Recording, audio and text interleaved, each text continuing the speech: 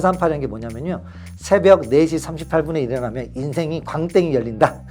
대부분 사람들은 아침과 새벽에 일어나는 것을 그 아침에 어떻게 하려고 한다. 그런데 답은 저녁 시간, 특히 4시간 전에 밥을 먹고 나서 잠을 10시나 11시에 자면 위가 편안해지면서 숙면을 취할 수 있게 됨으로써 몸에 좋은 호르몬이 분비가 되면서 아주 깊은 잠을 자게 돼서 최상의 컨디션으로 일어나는 경험을 한번 해본다면 아침 새벽이 금과 같은 시간으로 바뀔 거다. 인간의 의지보다 더 중요한 것은 환경 세팅입니다.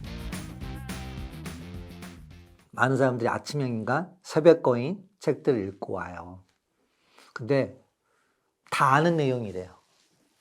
젊은 20대 후반의 친구 남자분이 왔는데 이 책 다 아는 내용이라고. 실망이 있어요. 본캐적 저자이면서 책은 나름 읽었다는 분이 이런 아주 허접잖은 자기계발서 책을 소개해줬다고. 그래서 제가 그냥 표정관리하느라고 있었어요.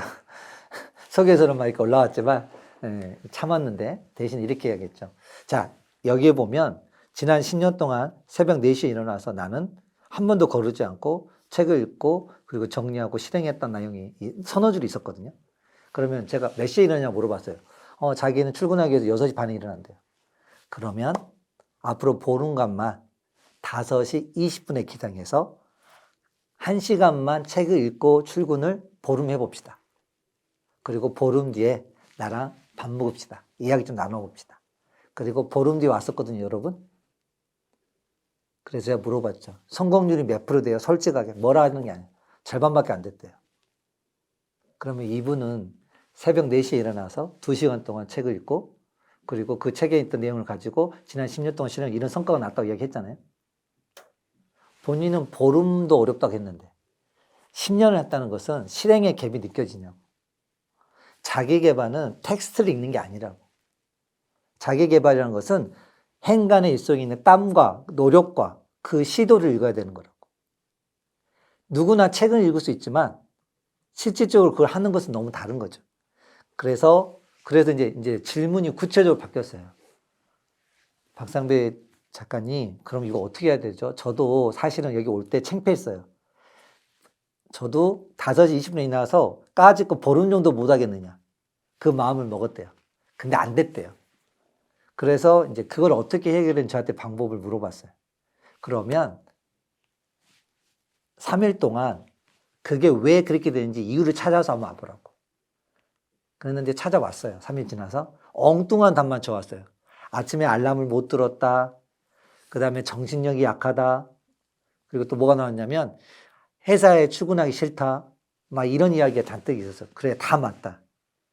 너가 실패한 이유는 저녁 시간에 몇 시에 자니? 그랬더니 1시에 잔대요. 그러면 1시에 잤는데 5시 20분에 일어난다. 네가 일어날 수는 있지만 머리는 멍롱할 것이고 아침에 커피를 4잔을 먹어야 될 거다. 결론은 저녁 시간에 네가 10시에만 자면 너는 5시 20분이 아니라 4시 반에 눈 뜨는 경험을 하게 될 거다. 물론 초반에는 알람 때문에 일어나겠지만 내 경험과 나의 멘티들의 경험을 토대로 하면 한 달 정도 지나면 알람 없이 일어나게 된다. 결국 저녁에 성공 요인이 숨겨져 있다. 대부분 사람들은 아침과 새벽에 일어나는 것을 그 아침에 어떻게 하려고 한다.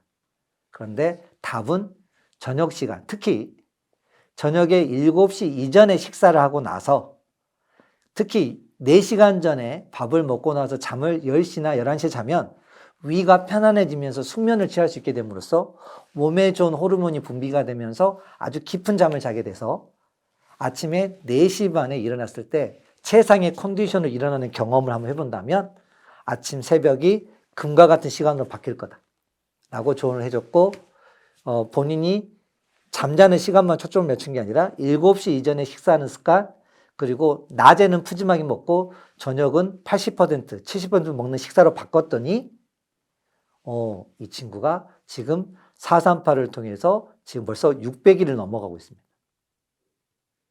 이제는 알람 없이도 일어나는 그런 새벽형 인간으로 변한 이런 사례들도 제법 많고요. 지금 또 하나 코어리딩을 통해서 핵심이 뭐냐? 인간의 의지보다 더 중요한 것은 환경 세팅입니다. 2019년도에 군인 장교로 전역한 분이 있었습니다. 이정석 코치라고 이름을 오픈해도 좀 될 것 같은데, 이분은 군대 대위로 전역했었고 여러 가지 이야기했지만 한마디 이야기해줬습니다. 환경 세팅을 해라. 인간의 의지는 생각보다 약하다. 그래서 제가 내가 하고 있는 독서 모임이 하나 있는데 거기에서 방장지기를 해봐라. 새벽에 문을 열고 새벽에 문을 닫는 공원력을 발휘해봐라. 그런데 지금 그분이 438이라는 게 뭐냐면요. 새벽 4시 38분에 일어나면 인생이 광땡이 열린다. 약간 이런 표현입니다. 그래서 새벽 4시 38분에 일어나시고 안 된 사람이 없다라고 그 네이밍에서 538, 438이라고 해서 저희는 그렇게 200명이 지금 하고 있습니다. 근데 그분한테 3기방을 맡겨봤습니다. 그렇게 맡겼더니 지금 현재 횟수로 800일이 넘었습니다. 그리고 며칠 전에 저한테 그렇게 고백을 하더라는 거죠. 본인이 그 방에 책임을 맡지 않았다면 새벽에 일어나는 습관이 들지 않았을 것 같다고. 그래서 저는 우리 자기 개발을 원하시는 분한테 꼭 말하고 싶은 건 환경 세팅을 꼭 해라. 그러면 마치 우리 주부님들, 어머님들이 왜 이렇게 부지런하냐? 자녀들이 아침에 배고프다는 그 말이 아침에 일어나게 해서 학교 가기 전에 밥을 먹게 하는 환경 시스템이 되거든요. 그러면 제가 이것을 한번 찾아봤어요. 자녀들이 수학여행을 가거나 남편이나 아이들이 집에 없을 때 그렇게 3주가 지나면 어떤 일이 생길까요? 아침밥 안 합니다. 그리고 저녁에 있었던 밥, 남아있는 밥을 먹는 자신을 발견합니다. 아이들 밥 먹일 땐 그런 적 없거든요. 그러니까 이 어머님은 부지런한 줄 알았어요, 본인이. 그런데 남편과 애들이 없을 때 봐보니까 본인도 그렇게 부지런한 사람이 아니라는 걸 알게 된 거죠. 결국 환경 세팅이 답이라는 거죠. 교토 3글은 맹상군하고 풍안의 이야기가 나오거든요. 맹상군이 너무나 잘 나갔어요. 그래서 그 사기에 보면 이런 말이 나와요. 100칸의 이제 잠잘방이 있는데 100칸이 다 나그네들, 전국에서 온 사람들이 문상객들이 와서 잠을 자고 밥을 얻어먹고 이렇게 했던 곳이에요. 그러니까 얼마나 부자면 그게 가능하겠어요. 풍안도 그 10,000명 중에 한 명으로 갔는데 그렇게 하다 보면 반드시 개짜인 맹상군은 테스트를 해요. 2천만 원 주고 그거 가지고 갔다 와서 반드시 어디에 있어서 나에게 유리한 걸 했니? 투자를 어디에 했냐라고 물어봐요. 다른 사람들은 장사를 해갖고 뭘 가져온다든가 또 뭐 어디 부동산을 투자해갖고 미래는 이렇게 오를 거라든지 땅 문서를 가져왔어요. 그런데 풍안만이 2천만 원 쓰고 와서 아무것도 안 갖고 왔어요. 그러면서 그냥 시간이 지나면 압니다 라고 이야기했더니 똥 밟았네 이렇게 생각했는데 드디어 이 맹상군이 잘 나가다 보니까 반대파에 의해서 숙청이 돼가지고 그 정승자리를 내려놓고 집안도 다 뺏겨요. 역적이 된 거죠. 수많은 10만 명의 그 객들이 다 떠나요. 파산하니까. 그런데 풍안 한 명만 남아요.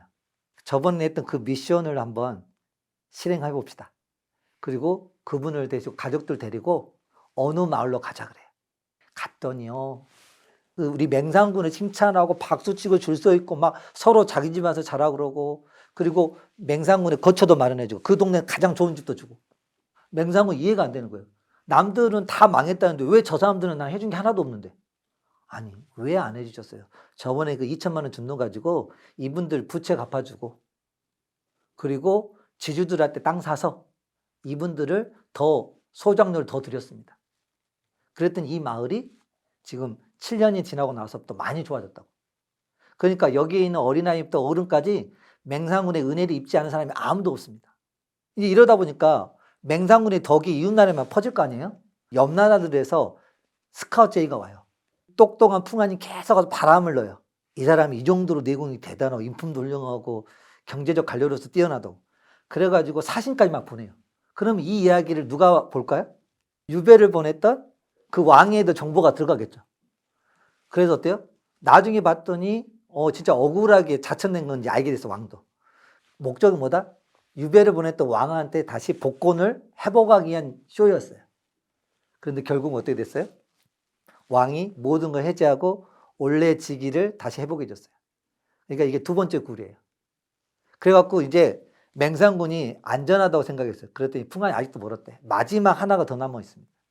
저 왕의 마음이 언제 흔들릴지 모릅니다. 유교의 집안이잖아요. 그 종묘의 터를 풍수지리한테 이야기를 잘해서 이곳으로 종묘를 옮기게 해서 우리 가문에서 그 왕들의 종묘를 관리하는 거예요. 그러니 역적으로 몰 수가 없죠. 그래서 세 가지 굴을 바닥에서 그게 교토삼굴이에요. 이제 풍안이 뭐라고 이야기하냐? 이제 편안하게 어떤 베개든 하시고 푹 주무셔도 된다고. 그리고 빠이빠이 하고 떠나요. 우리 안에는 풍안하고 맹산군이 있어요. 근데 풍안하고 맹산군을 키우는 방법은 뭐냐면 장기적으로 준비하면 풍안이 되는 거고 단기적으로 준비하면 우리는 사기를 당하거나 위험할 수 있어요. 우리가 그동안에 속은 게 뭐냐? 노후를 대비해서 재테크구를 1순위로 생각하고 직장에서 근무하는데 코인을 하고 직장을 근무하는데 자꾸 업무는 신경 안 쓰고 잘못된 게 뭐냐? 재테크굴, 그 다음에 일자리 굴, 건강굴인데 이게 순서가 바뀌는 거예요. 재테크에 심취하게 되면 월급은 한 달에 300만 원 들어오는데 내 통장에서 몇 천만 원 몇 억이 왔다 갔다 하면 투기에 빠지는 거죠. 우리가 1순위로 세워야 될 거는 뭐냐? 건강굴이 1번입니다. 그 다음에 일자리 굴. 그러면서 시드머니 1억 만들 때까지 시드머니만 만드는 게 아니라 생각주머니를 키워야 돼요. 투자는 하루아침에 실력이 늘지 않아요. 투자 의사결정의 중요한 주체는 여러분입니다. 여러분들이 냉장고 사거나 그 다음에 휴대폰 살 때는 정말 꼼꼼하게 많이 시장 조사하잖아요. 근데 그것보다 10배, 100배, 1000배에 투자할 때는 왜 전문가의 말만 듣습니까? 여러분 스스로 그 투자할 수 있는 투자의 눈을 키우셔야 되고 그런 현장형 지식을 쌓아야 됩니다. 그렇게 했을 때 교토삼굴이 준비되는 거고요. 여러분 안에 맹산군, 풍안 또 한 명이 있어요. 여러분 주변에 50이 넘으셔서 부정적으로 계속 이야기하는 일반 사람들이 있어요. 여러분이 어디에 먹이를 줄 것인지 선택하시기 바랍니다.